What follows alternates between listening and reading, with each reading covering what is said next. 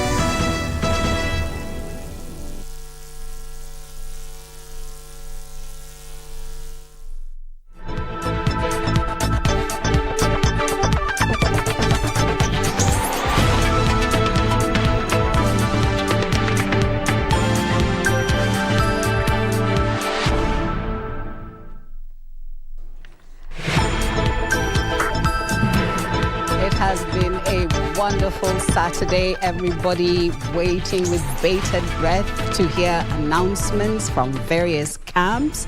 Well, this is Saturday, the Legends Edition. My name is Kasavuli, and our sign language interpreter is Lucy Maora. So please don't go away, stay with us. This promises to be a very interesting bulletin. We'll be joining John Jacob Curia very, very soon. First, the highlights.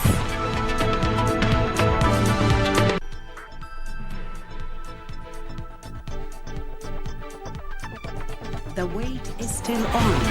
Kenya Kwanza in a deadlock over the running mate position. Sankok creates a storm as Raila Odinga winds up Azimio coastal tour. Tough times ahead. Super petrol hits 150 shillings a litre in Nairobi as fuel prices are adjusted up by 5 shillings and 50 cents.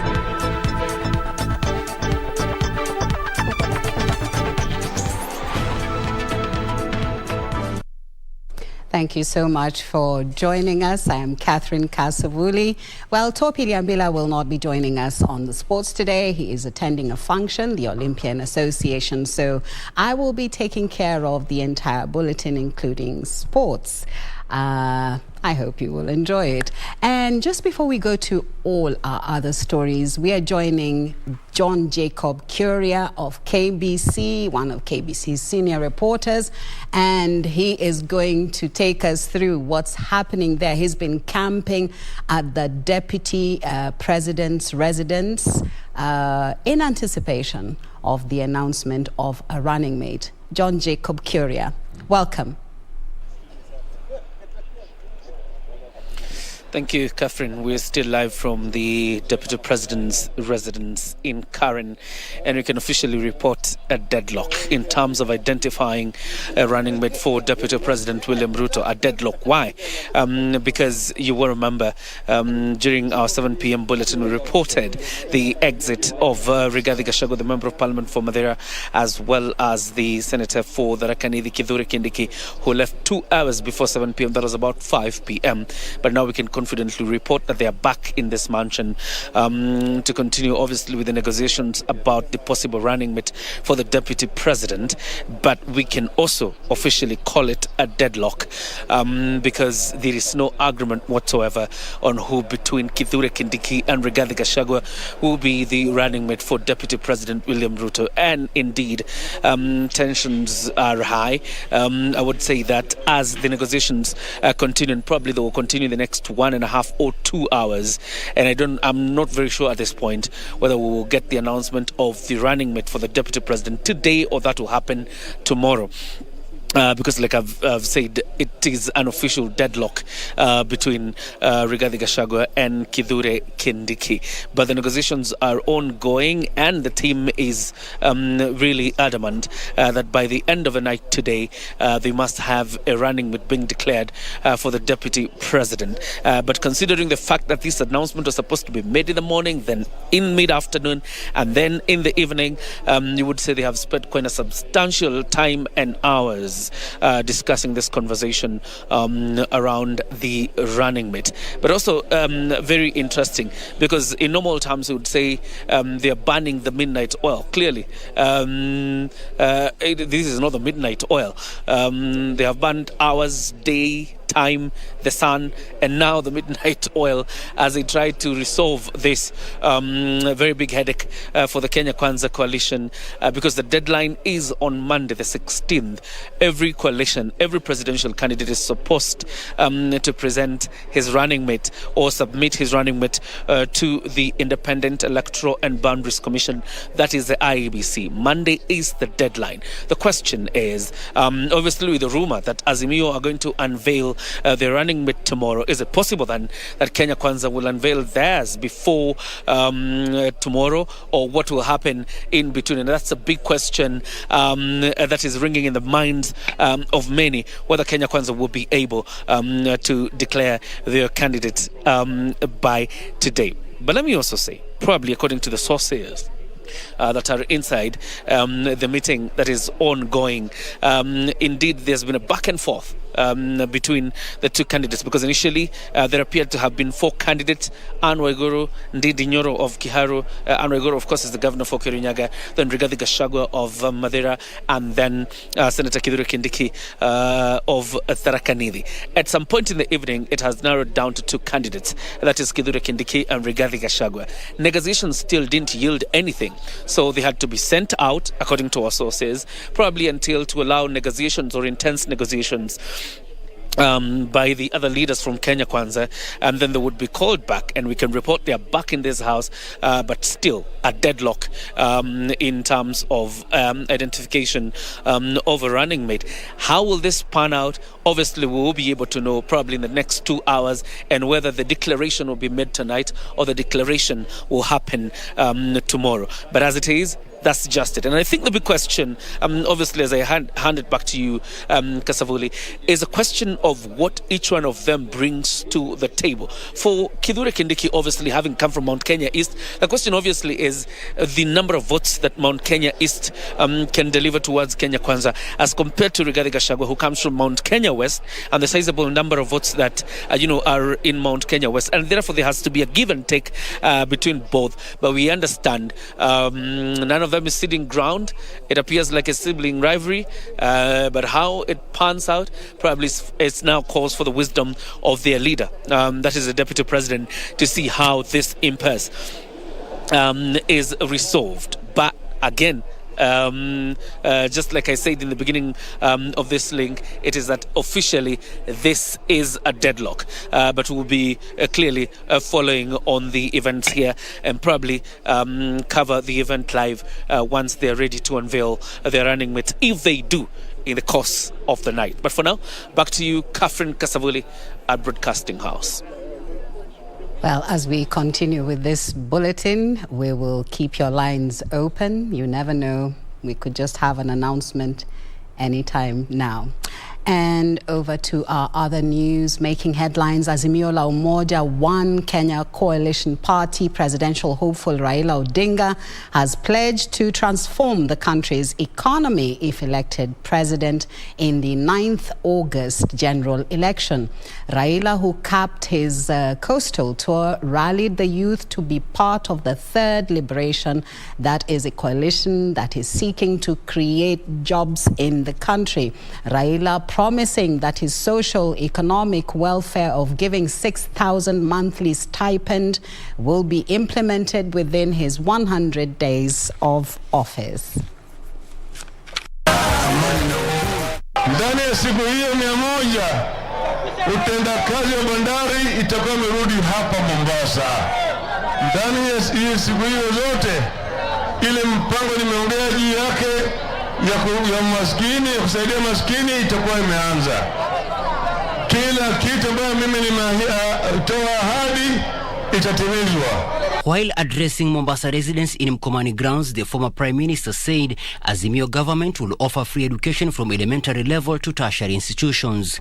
To boost coast blue economy, Raila said his government will deploy subsidized sophisticated fishing vessels to enable fishermen explore deep seas while fishing. Tunaleta kitu inaitwa blue economy, uchumi samawati, ambao watu wetu watapatia hao vifaa vya kisasa vya uvuvi na waende kule naye ndani ya bahari huku ndani kabisa na kuleta samaki mengi hapa.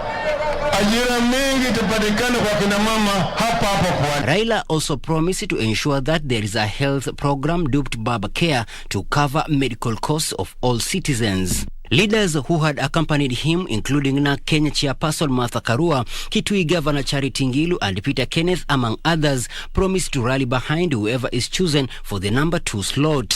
Zote wale tulitamani kuwa madeputy, tuko nyuma ya baba, yule atakayechagua, sisi tutaendelea na kazi. Hakuna mtu atatoroka. Sababu sio masilahi yetu, ni masilahi ya wananchi.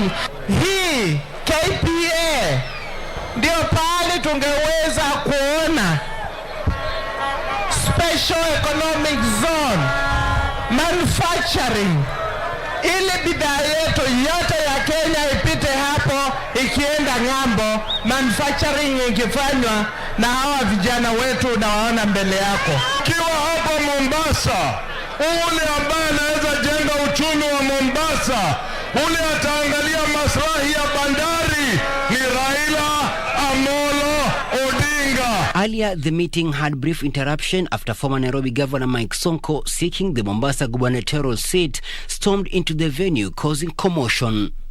Sonko arrived in a convoy of vehicles, sparking excitement and protests in equal measure, forcing police to disperse the crowd for fear of violence.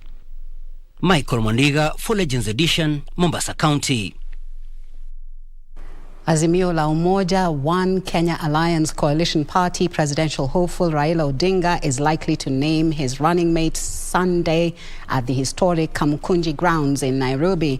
The Azimio Nairobi team, led by Kamukunji Member of Parliament Yusuf Hassan and ODM Nairobi Chair George Aradwa, led other leaders affiliated to the coalition in an inspection tour of the ground, where Raila is scheduled to lead a rally on Sunday.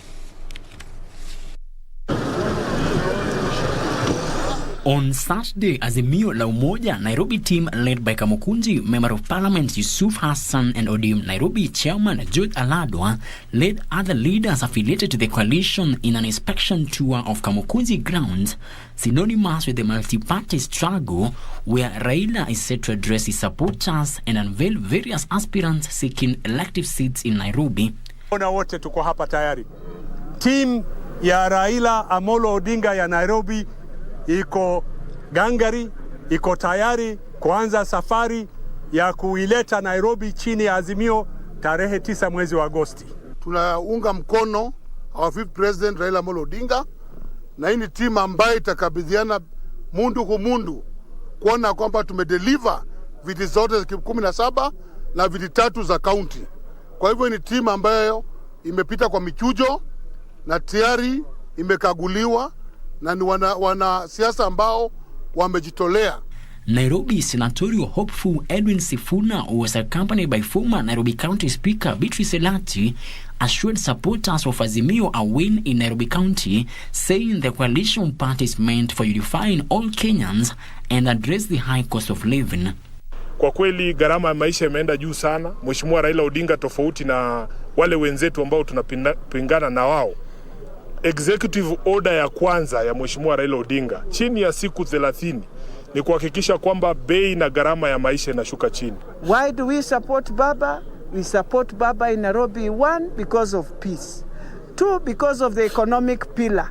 That is the pillar that every SME, every person who is working within Nairobi, who wants to do trade in the markets everywhere, and that is the pillar Raila Amolo Odinga is on. There are indications that Raila might use the rally to name his running mate for the August 9th general election from the list presented to him by a panel he had appointed to vet a suitable candidate for the number 2 slot. Frederick Moki for Legends edition. The 70 billion shillings Nairobi expressway is now open to motorists. The expressway, that is a game changer in the Kenya Road Development Network, has opened Saturday by Transport Cabinet Secretary James Macharia, who hailed the engineer for a job well done and completed a year ahead of the projected timeline. It will now take you 15 minutes from James Gishuru Junction along Waiyaki Way to Jomo Kenyatta International Airport. All this is credited to the magnificent Nairobi Expressway, the second such feat in Africa. I drove myself from James Gishuru all the way to where we are now, which is Jomo Kenyatta International Airport turnoff. It took me about 8 minutes only. Previously, I've driven from Jomo Kenyatta Airport to Westlands and took me about 2 hours before. Speaking while on an inspection tour, Transport CS James Macharia urged Kenyan motorists to use the road in order for the government to recoup the money used for its construction through toll fees. That will depend on how many vehicles come on this road. That's why you have to make sure that the road is seamless. That's why you have to make sure that Kenyans enjoy using it. And so when more Kenyans means the recovery period will be much shorter. Welcome to Nairobi Expressway. Please show your pass voucher. Here is your change of 20 shillings and bill. Wishing you a pleasant trip. Macharia said at least 11,000 vehicles have so far registered to use the expressway. Publicizing the process of registration, which was only a few days ago. As of yesterday, we had 11,000 Kenyans registered. And we are registering at a rate of 800 per day, which is a massive, if you like, interest. Macharia touts the road as a milestone for the Kenyan road network and what can be achieved if the private sector partners with the government for such mega projects. The money which has been spent here and the money which the government could have spent here has been now spent elsewhere. It is one of the best pieces of infrastructure ever done in Africa. In fact, it's the longest expressway in Africa. And so we are very proud today. The Inspector General of Police, Hilary Mutiambai, who accompanied the CS, said law enforcement will be deployed to man the road to avoid acts of hooliganism. We have been working as a motor agency with the expressway, even the contractors. We have arrested quite a number of them. We have reduced significantly. The CS said the government is also analyzing a contract of 9 billion shillings to beautify the old road, upgrade and incorporate a bus rapid transport line. Naweza advise watumia expressway. Barabara nimeona malipo. Okay. Mwendo ni mzuri. Manake traffic hakuna. Flow iko sawa kabisa. Ile ingine ni kwamba mambo na malipo nimeona through system iko sawa. The 27-kilometer Mlolongo to Westlands Expressway is now ready for public use, and anyone found vandalizing the facility will face the full force of the law. Reporting for Legends edition from Westlands, I'm Ruth Wamboi. Thank you, Ruth. Kenyans will have to brace themselves for tough times ahead after fuel prices went up by 5 shillings and 50 cents. This was announced by Energy, Petroleum and Regulatory Authority in its monthly review of fuel prices. In Nairobi County, a litre of super petrol will retail at 150 shillings and 12 cents, diesel at 128.76, while kerosene will retail at 116.69 shillings. The latest release is the highest ever the precious commodity have retailed in the country.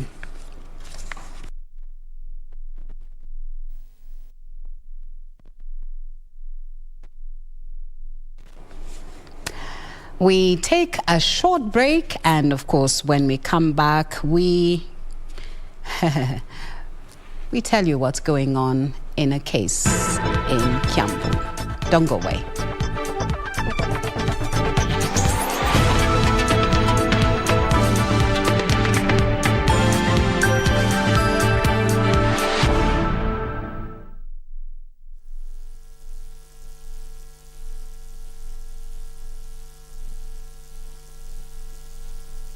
To get John chapter 11 as your skiza tune, dial star 811 star 965 hash. I am the resurrection and the life. The one who believes in me will live, even though they die. John chapter 11, verse 25. To get John chapter 11, dial star 811 star 965 hash. To get John chapter 11, dial star 811 star 965 hash. Do you have a news story to share with KBC? Get in touch swiftly on email news@kbc.co.ke or call 0723 892 654 or 0734 780 124. You've heard of them. They need your vote. The debate coming soon.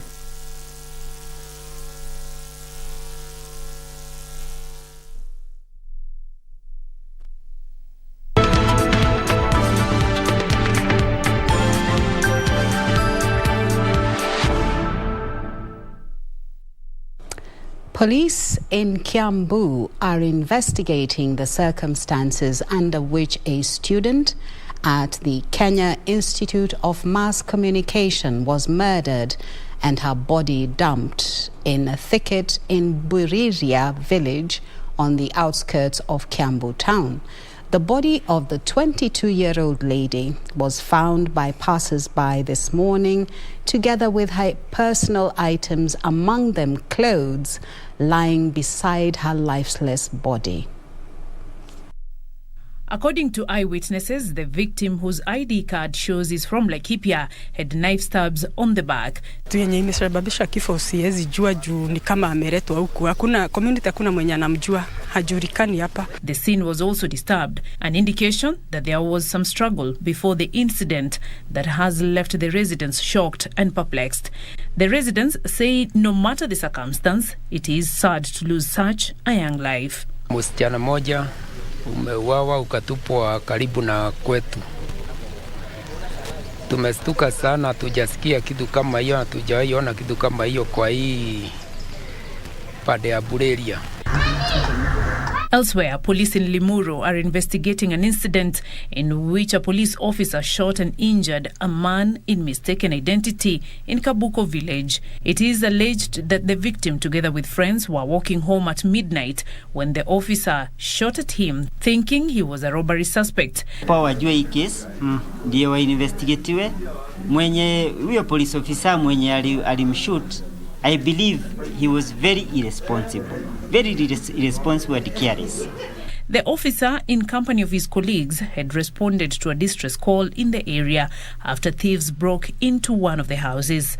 Limuru OCPD Ellen Mola say they are investigating the matter as the residents call for justice. Tungependekeza kitu ya kwanza, hawa polisi sababu hatushirikiani na wao, tuondolewe kwanza. Tukiondolewa kwanza, alafu tuendelee na maisha yetu. Beatrice Gatonyengetich, Legends Edition. The body of the late Hilary Memusi, the son of nominated Member of Parliament David Sankok, has been laid to rest on his father's farm in Narok South. A section of political leaders allied to Kenya Kwanza urged the Directorate of Criminal Investigations to give the family ample time to mourn their kin before any further inquiry.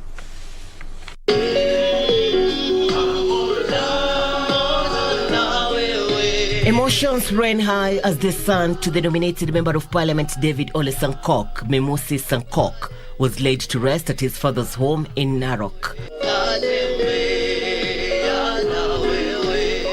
Leaders present, led by Elgeyo Marakwet Senator Kipchumba Murkomen, Nandi Governor Stephen Sang, and Narok Governor Samuel Ole Tunai, condoling with the family. The political leaders now calling on security agencies to give the family to the late ample time to mourn their young son before further inquiry to his death. Katika desturi yetu ya Kimasai na desturi ya Kiafrika, ukipoteza mtoto kama Memusi ambaye ako na miaka 15, itakuwa ni jambo mbaya kuja kuzungumza mambo zingine za siasa. Lakini wacha tu niseme kitu moja, ya kwamba kwa sababu hawa viongozi kama vile mmesikia watakuwa Narok Jumatatu tukifanya launching ya Mheshimiwa Governor Ole Tunai kama senator, tutakuja kuzungumza hayo yote. Ni sisi wote ambaye tumepoteza huyu mtoto, ni mtoto wetu na sisi wote ndio tumepoteza. Deputy President William Ruto, in a speech read by Elgeyo Marakwet Senator Kipchumba Murkomen, eulogized the late as a brilliant and hard-working child. Most of those who knew him could attest that Memusi had taken over duties at a very young age. He was brilliant and promising. On his part, Murkomen told of leaders who allege there was a divisive agenda in the Kenya Kwanza alliance. We want to be in a country that no one will be judged by his tribe, by the color of his skin, by his religion, but by the content of his character and the leadership he is going to provide to this nation. Na hata ile maneno itatokelezea leo ama kesho, wakati itatokelezea, tunajua yote tumeweka katika msingi wa neno la Mwenyezi Mungu. And whoever will be given the opportunity to support the Deputy President William Ruto in running for the presidency in this election, I am sure will be a candidate who will, one, support the agenda of bottom-up. The late Memusi died from a gunshot at their Narok home. An autopsy exercise Friday revealed that Memusi died as a result of a single gunshot to the head. Irene Mchuma Udim, The Legends Edition.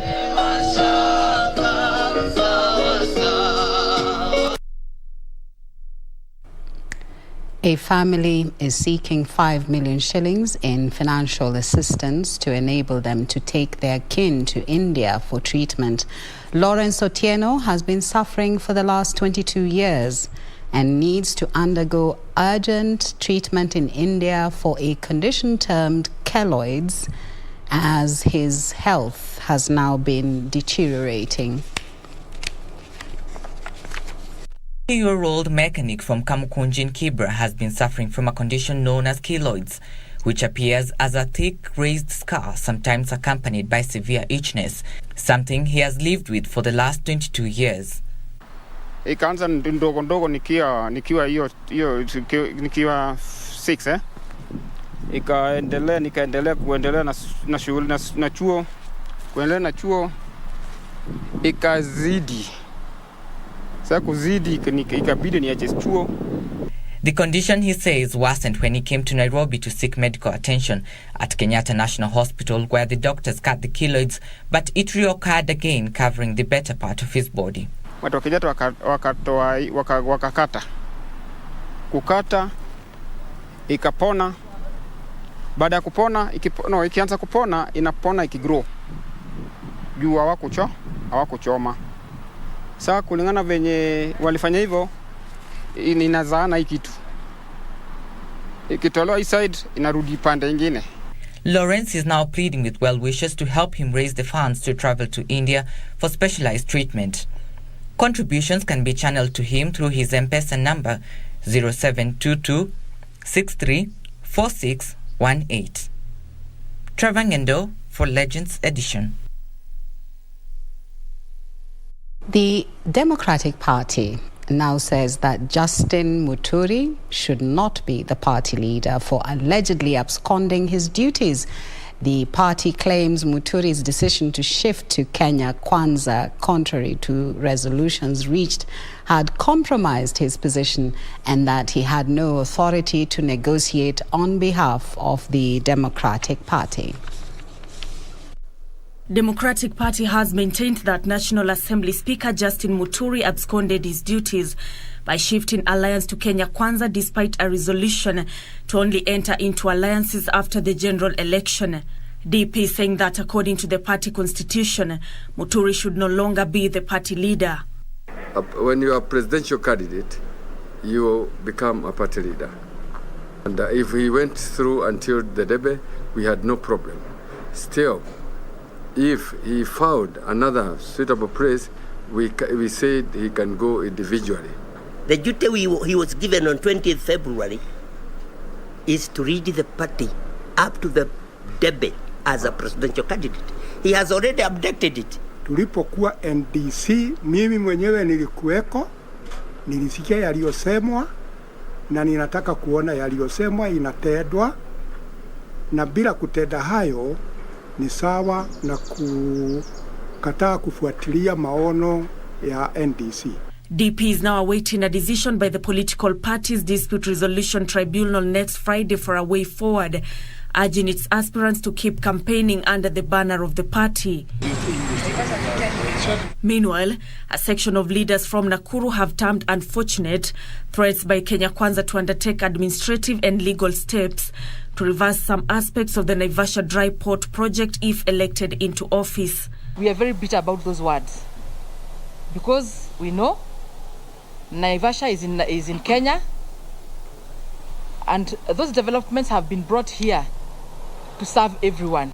The leaders saying the move could erode investor confidence and affect hundreds of people employed at the port. In Kiambu, Safina Party presidential hopeful Jimmy Wanjigi took his campaigns to the county where he urged locals to back his bid. Bwana dawa si yuko hapa. Dawa ya hii yuko hapa. Si yuko hapa. Ini ingine. Mukinishika. Inchi tanyamaza, watu watajua huku mbele ni namna gani. And in Nairobi, Agnes Kagure, who failed to clinch the Jubilee ticket, says she will now go independent. Speaking in Kangemi, a section of residents expressed their support for Kagure, even as they faulted Azimio la Umoja for denying Westlands Member of Parliament Tim Wanyonyi a chance to run for the gubernatorial seat. Sisi kama wamama wenye tuko hapa tutasimama na wewe kama utakuja kututembelea, tukuone uombe kura yako wewe mwenyewe na ukuje utujenge. Tunasema mama, sisi ni watu wako, uende independent, uende wapi tutakufuata. While Agriculture Cabinet Secretary Peter Munya has warned the gamer community may be locked out of the next government should they fail to support Azimio la Umoja One Kenya Alliance presidential hopeful Raila Odinga win the August 9th election. Tukae Azimio, tusaidie Raila ingie, tumuongezee ile kanyama ya kuteremusha kilo kwa sababu wako na kura. Kuongezea tu ndio kilo ifanye hivi, kilo saa hii iko hivi, ifanye hivi. Bas. Nancy Okware, Legends Edition. Thank you, Nancy. Thousands of 15 FM fans were treated to songs and dance as their favorite presenters abandoned the comfort of the studio on a Meet the People tour in Wajir County. The crowd also had an opportunity to engage with the presenters one-on-one compared to live studio engagement. Ifteen, one of KBC's vernacular stations broadcasting in Somali language, Adan Mohammed was on the ground, and here is his story. On Saturday, thousands Ifteen FM 101.1 fans came out in large numbers to welcome KBC's vernacular radio station Ifteen FM roadshow. It was an opportunity for them to have a one-on-one with their favorite presenters in person.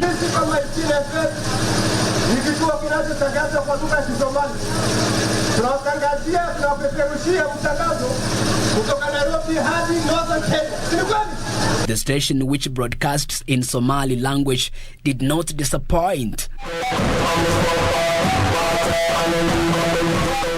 The fans were treated to laughter as artists and comedians took the stage.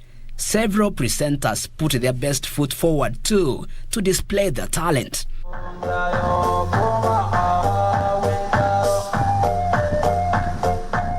The fans also had an opportunity at the podium in which they competed for a chance to walk away with goodies including KBC branded t-shirts and caps, among others. Presenters took the opportunity to advocate for peace and cohesion in the region. Wajir is ours, and we are in an action here. We want to preach peace and love, and the aim of the roadshow is if Sinatan to remain in Wajir. The team made several stops overseeing Orally, Wajir Stadium, Sokomjinga, Mayalo Road, and a Grifty Stage. Andrew Kero for Legends Edition. Must have been lots of fun. Education stakeholders have raised concern over the increasing number of learners who will not be admitted to Form 1 due to lack of school fees, despite efforts by the government to champion the 100% transition program. Almost 2 weeks since Form 1 students reported to school, Andrew Okero visited a few learners who are yet to report to school despite their exemplary performance in the 2021 KCPE examination, and filed the following report. Reports from the Kenya's Economic Survey 2022 indicates that last year the country recorded the lowest number of transition of pupils from primary to secondary schools in the past 5 years. The report shows that in 2021, 75.8% of learners moved to secondary schools, with the completion rate standing at 5.5%, compared to a completion rate of 94.6% and a transition rate of 91% recorded in 2020. A worrying trend coming in the wake of the government's implementation of the 100% transition program. We still have a sizable number of students, larger than usual, not reporting. They might say time is not complete, but I think we are completing on Monday. We meet Esther Kageha at their home at Molem Estate in Nairobi. Esther is the last born of a single mother who is paralyzed and cannot be able to fend for her family. Jana vile nilitoka nikirudi ananiuliza, "Mama, naenda lini shule?" Na akiongea hivyo hizo ulcers zinainuka tu. Nilikuwa na 367, nikaitwa Lorito Kiambu Girls. Nilienda huko on Friday, lakini tulirudishwa juu hatukuwa na school fees na pesa za uniform. Alafu tukarudishwa na mattress na ndoo. Esther can only watch a dream of joining Loreto Girls in Kiambu and becoming a neurosurgeon slip away. After kuwa mgonjwa last year, life imekuwa too hard. Hata kupata chakula ni shida. Akitaka dawa zinahitajika na kuna. Alafu naye kiateka na kuja. Anataka pesa za rent. Her story resonates with that of Brian Nyamache. He sat his KCPE exams at Glory Learning Center in Tasia Estate in Nairobi and was 2 marks shy of scoring 400. 1 week after his colleagues reported to school, Brian's family is still struggling to raise the school fees required for him to join Moi High School in Biruri in Runyenjes. Brian and Esther are among thousands of learners who excelled in their KCPE exams and are yet to join Form 1 due to high prices of commodities and exorbitant demands by schools. I became the first position in my school, but also I was very unhappy because even the people who I passed, right now they are going to school, but for me, I'm just at home, worried. I have no hopes. Kutoka mtihani itoke nimejaribu kutafuta scholarship lakini sikupata sababu tegemeo yangu ilikuwa hapo amesoma through well-wisher. According to Peter Amunga, an education expert, the government needs to embrace a collaborative approach in bridging the gap of inequality in education. And Mago, as much as the minister tells us that don't listen to those principals are the ones on the ground. Yes. You will not enter that school. Mago is not at the gate to tell the principal, no, we are in a uniform, watch here. When you go there, you'll meet the principal of the school. Natakwambia, these are the school rules. If you don't want, go out. So parents have had to cope with the costs. He also challenges the government to step up its efforts to fund schools to cushion parents against exorbitant requirements.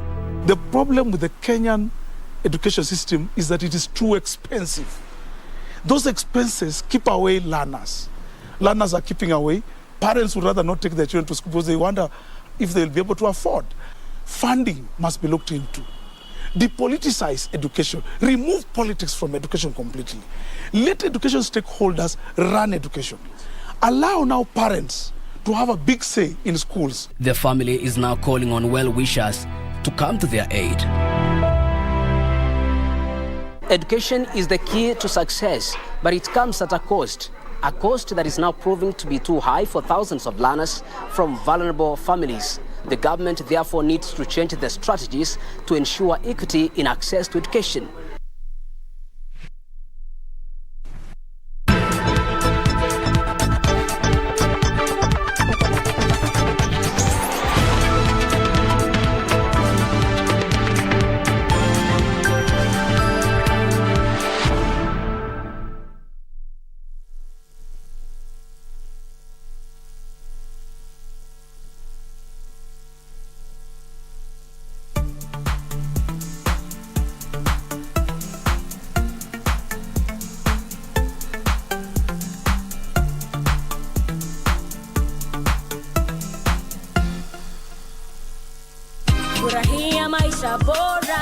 Boresha maisha na bima.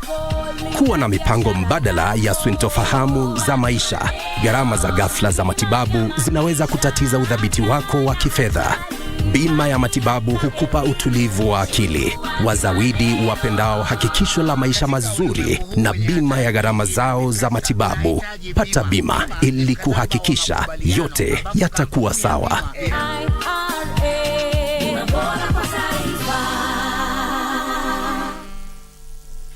All I do is win. I wake up, I win. I close my eyes, and I win. We got an emergency, girlfriend.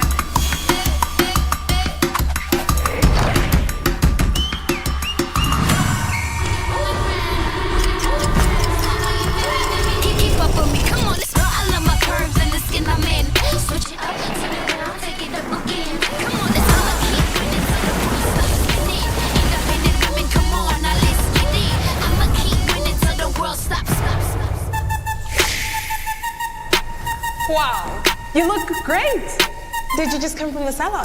Darling Abuja, braids that stay salon fresh no matter what. Our arts and entertainment industry has evolved over the years.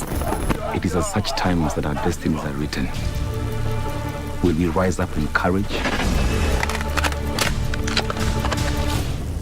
or die in cowardice? Who are the movers and shakers in film and theatre? Get trendy as we review locally produced films and stage drama every Wednesday at 9 p.m. on Cinemas and Theatre. Brought to you by the Kenya Film Commission. Film Kenya, Capture Africa. You've heard of them. They need your vote. The debate coming soon.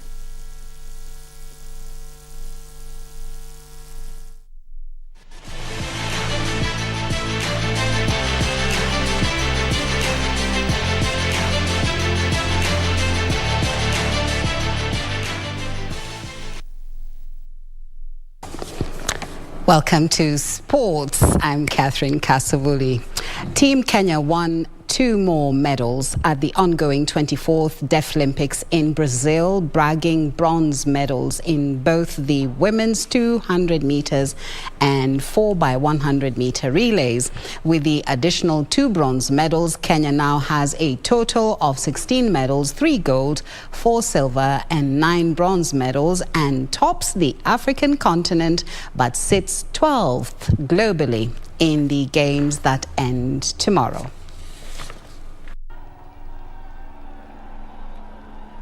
Beryl Wamira finished third in the women's 200 meters, clocking 25.50 seconds to win a bronze medal for Kenya behind Pamela Losange of France and Oceana Brown of USA, who finished first and second in 23.93 seconds and 24.92 seconds respectively.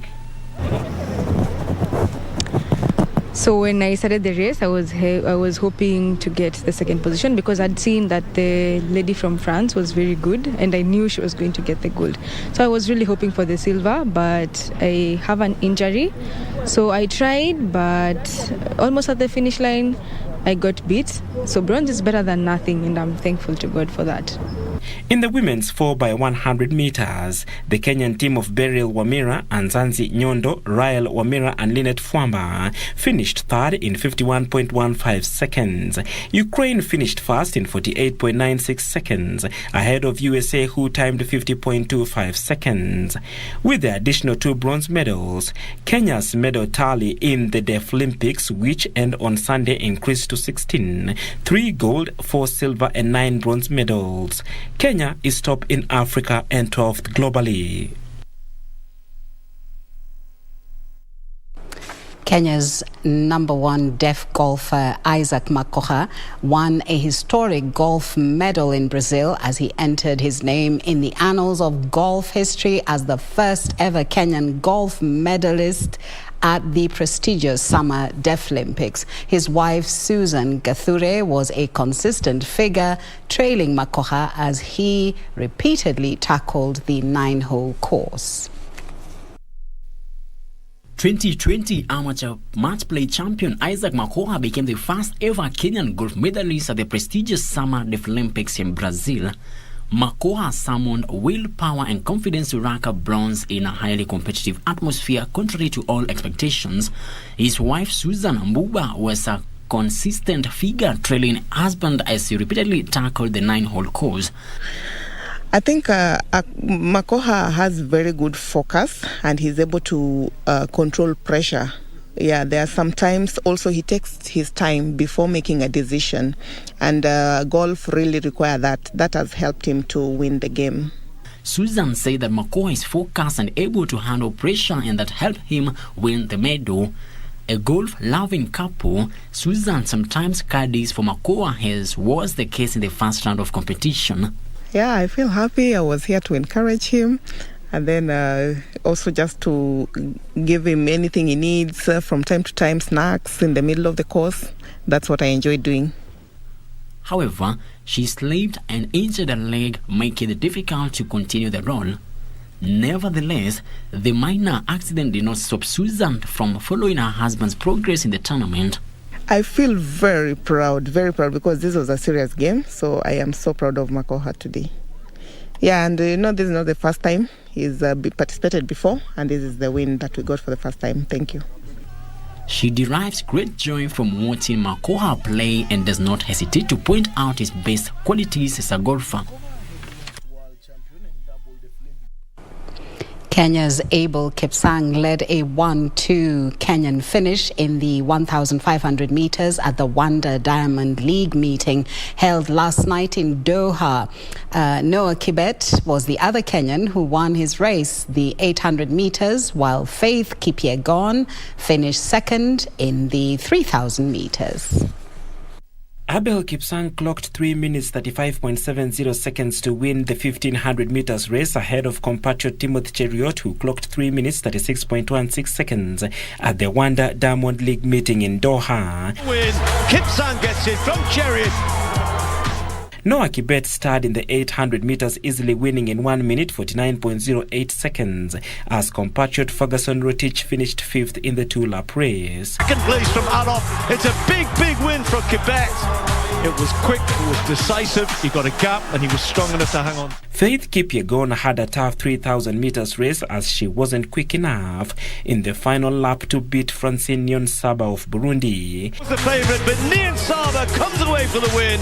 A big last lap, a big last 200 metres. In the men's 3,000 meter steeplechase, Abraham Kibiwot had to settle for third position in the race won by Morocco's Sofiane El Bakali. Strong enough, but Girma's coming back at him. It's going to be tight on the line, and Girma gets it.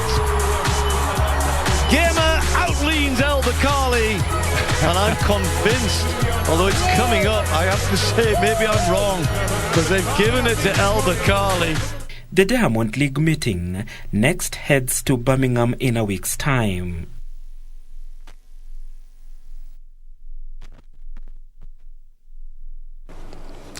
Nairobi County Aquatics Association is holding a 2-day invitational junior swimming championship that started today at the Makini School.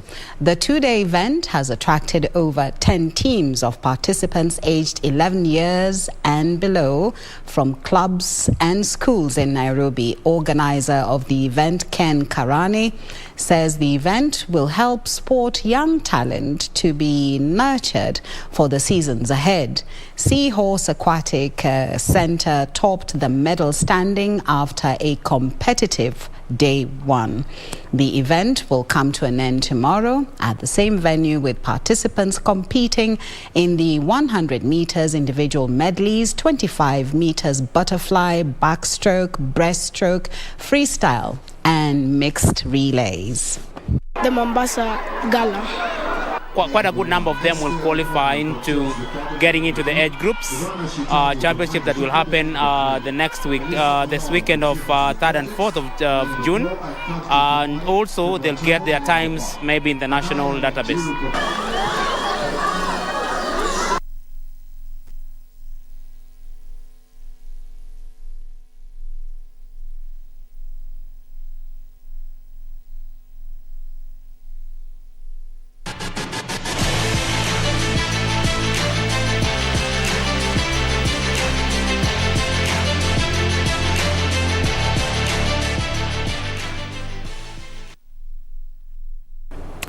Well, that's all we had from the sports desk. My name is Catherine Kasavuli.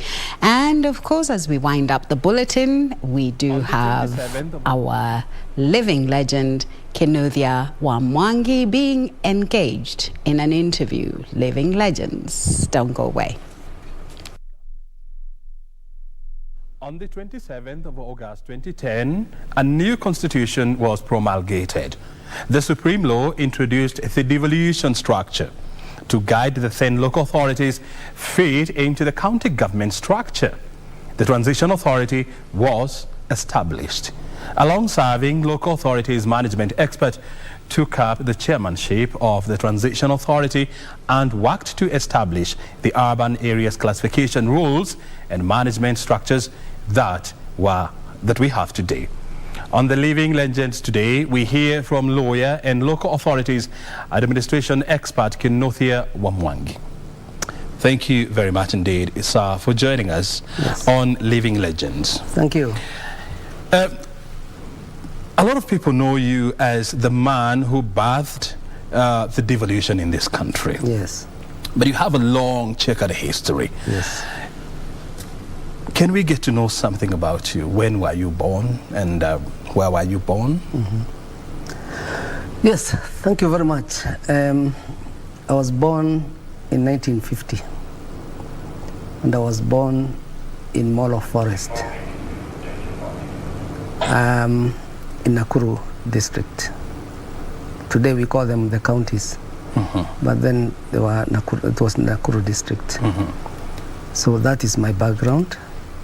I don't know whether you want me to explain how I grew up or where I went. I can give you a minute to do that. Yes.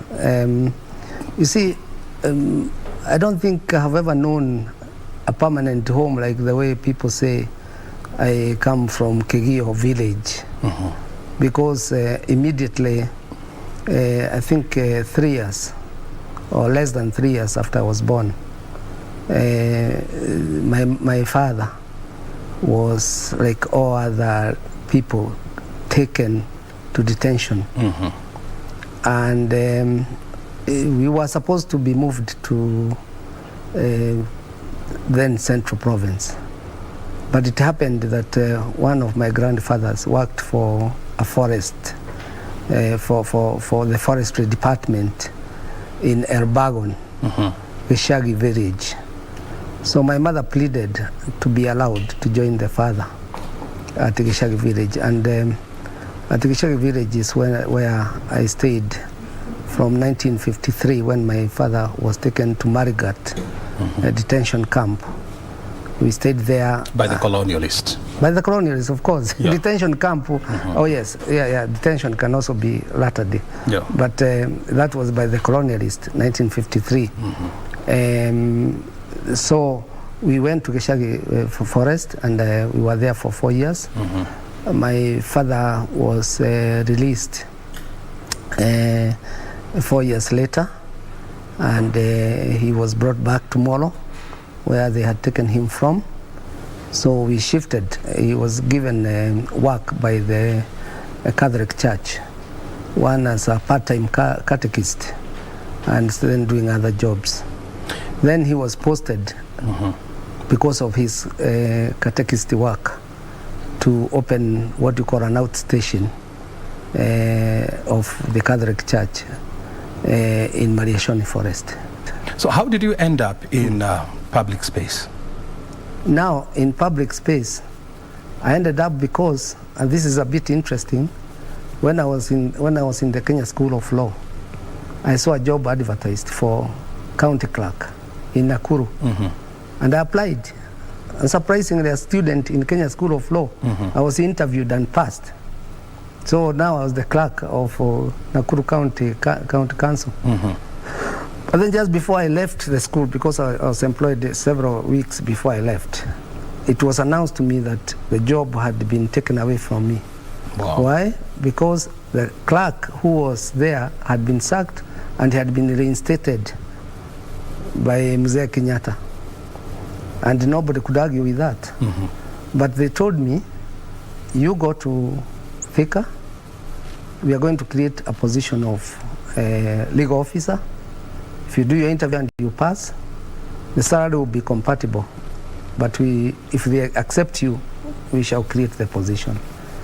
Then I became April 20th, 1975, I became the legal officer for Thika Municipal Council. How did you end up in Mombasa as a deputy county clerk?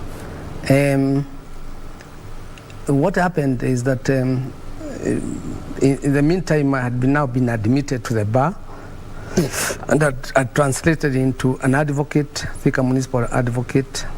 And when I saw an advert in my second year of employment in 1976, I applied. And I asked the town clerk to allow me to apply, who was my boss. He agreed. So I applied. And it was interesting, because when I went for interview, I was a very young man. I was hardly 26, right? But then there was some commission called the Nyali Commission. You know, the youngest person after me had 7 years of practice as a lawyer. Then the others were very old people, old in relatively, they were in their 40s and so forth. But the commission argued, if we take this young man, his life is going to be destined to be in Mombasa, and he might end up to be the town clerk. So it was an investment in me. But 2 years later, you moved to Thika now. Why I moved 2 years later to Thika? Because I was they had not had a legal officer. So I think my work was very impactful, particularly in collecting rates and at least making people comply with the municipal requirements. So then you moved to Thika. So what happened, take it from me or not, they sent for me. The Thika Municipal Council? Yes, they sent the deputy mayor. How did the deputy mayor came to, the deputy mayor came to Mombasa. He had some property there. and he was telling me to look, just keep watch. He told me, I've been told by the other councillors to come and request you to apply for this job. How much were you earning back then? In Mombasa or in Thika? In Thika. My first job as a legal officer was earning 2,500. 2,500. But of course, that was a lot of money back then. Of course, we could do anything. Then when I went to Mombasa, I was earning 5,000. As a deputy town clerk? Yes. But then, that 5,000, I was able to buy a car with it. And how did you used to relate with county councillors? I mean, councillors. And, councillors did not have a very good reputation because they had a way of settling their issues physically. Yes. Let us take it this way. Let's take it from the time I was a town clerk, which was 1979. And I became town clerk at the age of 29. They took me as their child. The youngest councillor probably was something like 40. The oldest was 63 or thereabout. So they took me as their child. And they nurtured you. And they nurtured me. Mayor Kibicha literally nurtured me because he had employed me from the School of Law. He had hired me again with his councillors from Mombasa. He had sent for me. So they saw me as their child and they nurtured me. And don't forget, I was the second graduate in Thika Municipal Council. The first one was called Irongo. He was a municipal engineer. Now I brought a new type of leadership because I brought in planning, I brought up innovations. I introduced many things because my time in Mombasa, working under a commission, a municipal commission, taught me a lot of things. And all this time, you were not married? Now, when I became town clerk in 79, I got married the following year. In 1980? Yes. Was your wife supportive? Supportive of me? Yeah. Hey, my wife, up to today, she is very supportive. And then she has always been very, very supportive. And then you ended up having 4 kids? We ended up having 4 kids. Who are now in East Australia? All of them, yes. They are also very supportive. Your wife at some point was very concerned about you joining politics. Yes, and she is still very, very, very concerned even now. But you wanted to join politics? Oh, me? Yeah. I did believe that one day I would be a minister in Kenya government. And therefore, the only way you could become a minister in Kenya government was through competitive politics. So I got the opportunity. And back then you had to be in KANU, Kenya African National Union. Oh, yes. I got, when I was a town clerk and later on personnel and administration manager of NSSF, I used to be the recruiter of officers into life membership of KANU, which means I was more KANU than many people. So fast forward, 2012, yes, you are picked to birth devolution in this country. Yes. Based on your expertise as a former town clerk. Yes. How was that moment for you? Up to today, I think it was 19th of June will remain in my mind as the greatest day of my life so far. Because I didn't become a minister of government, but you are given a unique project of this country that it has never been there, and probably it will never be there in the form that it came. A unique project to transform your country. Do you understand? To transform your country from a decentralized form, from a centralized form of governance into a decentralized form of governance. Do you know how much that means to me? It is 10 times better than being a minister, because it affected everybody. The president, it affected you at home, it affected my mother, it affected everybody. Because you had to define new systems of governance. You see, have you ever imagined having a crocodile that has just swallowed some meat, and that meat was not meant for the crocodile, it was meant probably for your dog, and then you put your hand into the mouth of a crocodile and you're taking out the meat. Transfer of functions, transfer of power, transfer of resources was like taking meat from the mouth of a crocodile,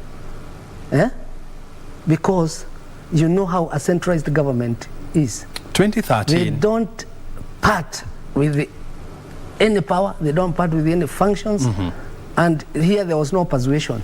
In 2013, when governors were voted into the office, and they were driving around town with convoys of vehicles and sirens, announcing that a new sheriff is in town.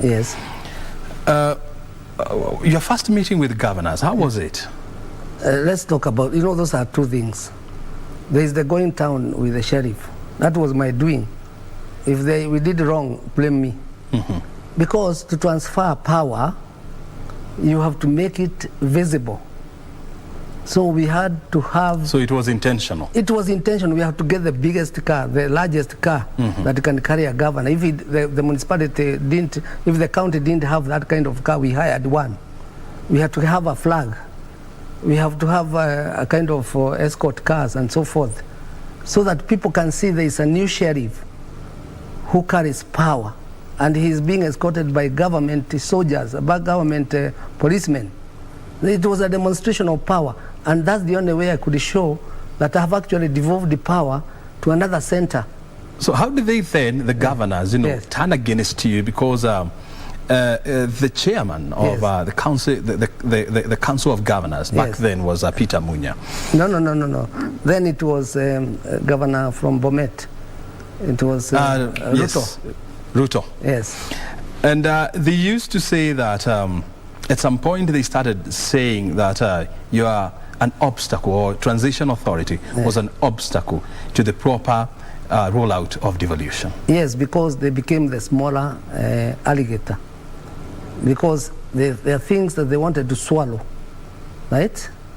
Because the governors came now when the power got into their heads, and therefore they thought they were supreme. So I had also to discipline them. I had to make sure that they live within their limits. So I had to go to the smaller alligator and take the meat out of it. Don't forget that I was the only person in Kenya who could issue an instruction to a governor. Because this constitution says these are two distinct governments, but they distinct roles. But they are distinct but consultative, which means nobody in government, Kenya or anybody, could write or instruct a governor. If they wanted to do so, they wrote to me or they called me and asked, we want to communicate this to the governors. So it's only Kinuthia Omangi who could communicate to them that from now onwards you cannot remove number plates from government vehicles and place private number plates. It's me who could give that rule. So I am the only one who could be an obstacle to what they want to do by telling them, stop, you can't do that. Your term came to an end in 2016. Yes. You pleaded for more time. Yes. Saying that that process required about 10 years to roll out. Yes. But that offer was turned down after tremendous pressure from the governors. Yes. Are you convinced that that affected the rollout of devolution in Kenya? If you look at my write-ups when I was in office, I had said that the total transformation of Kenya into a devolved system would take 20 years.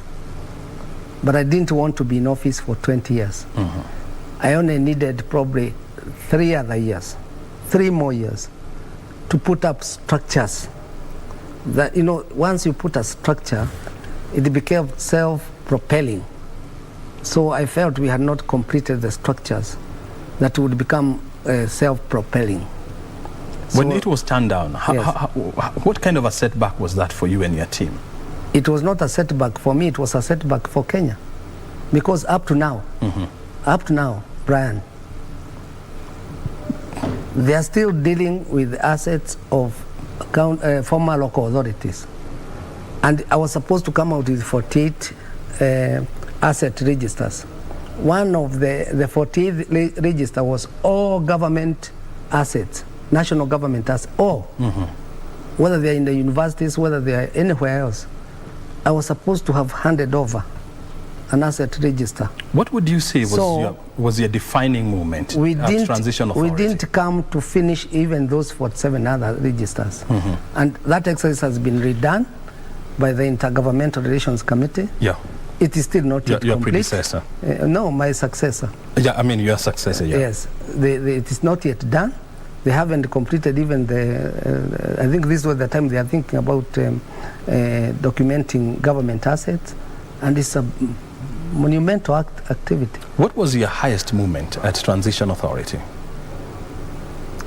I think it is swearing in the governors. Swearing in the governors. What was day I was in the field, in the Uhuru Park, with His Excellency Prime Minister Raila Odinga, swearing in with the judge, Kidero, and more my representatives, my members all over the country at the same time at noon, swearing in 27th the other county of governors. April 2013. I had representatives all over the country, 47 counties. Someone authorized by me to take charge of the swearing of governors at noon.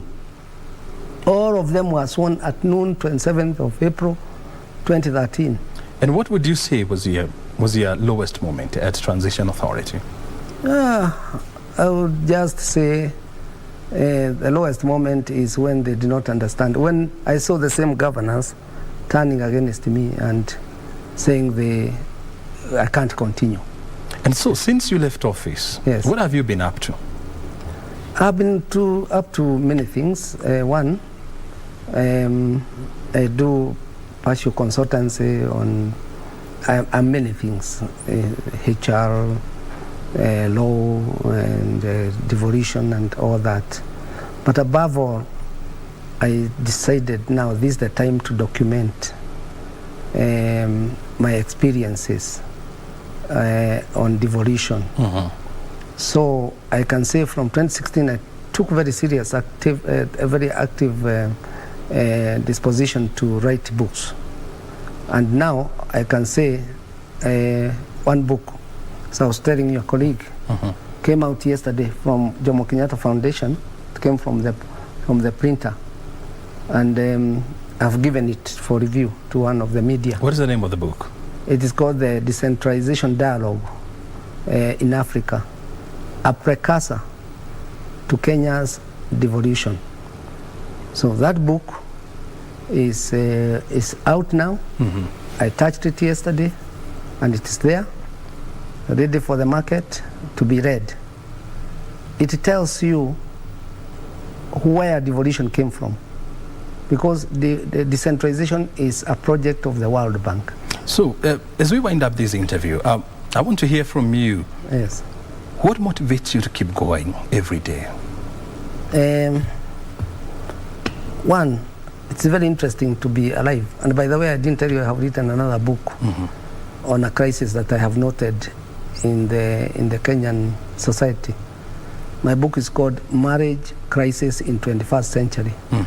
It's complete. It's now being reviewed by the people in the market. Very well. Now, what drives me is just the essence of being alive. Why has God kept me alive up to now? And how useful am I to society and to God? So, if God keeps you alive, and He keeps you like you are, a very handsome young man, should you waste yourself and allow yourself to go to the dogs? You have to do something that that praises God, and that enhances society. What are your regrets at the age of 72? I don't think I can remember any regrets because I never allow a moment to pass in my life without trying what I want to do at that particular time. So you don't have regrets? So if I fail, if I try and fail, I say I tried, but I failed. So I accept. So that is in the past. How would you want to be remembered, and how would you want to, your epitaph to be written? Really, it has already been written. You told me you birthed devolution. Although there is a little confusion there when I go to different places. Yeah. They say this is the father of devolution. And I'm very quick to inform that I'm not the father of devolution. The Ayashpal guy, there is the Prime Minister, there is the Kibaki, there is, everybody is a father. Because at different stages they participated in formatting the devolution. But in this country, I'll be remembered as the midwife. I midwifed devolution. That's how you want to be remembered? That's how I want to be remembered. I midwifed devolution, and I can assure you the mother and the child are doing well.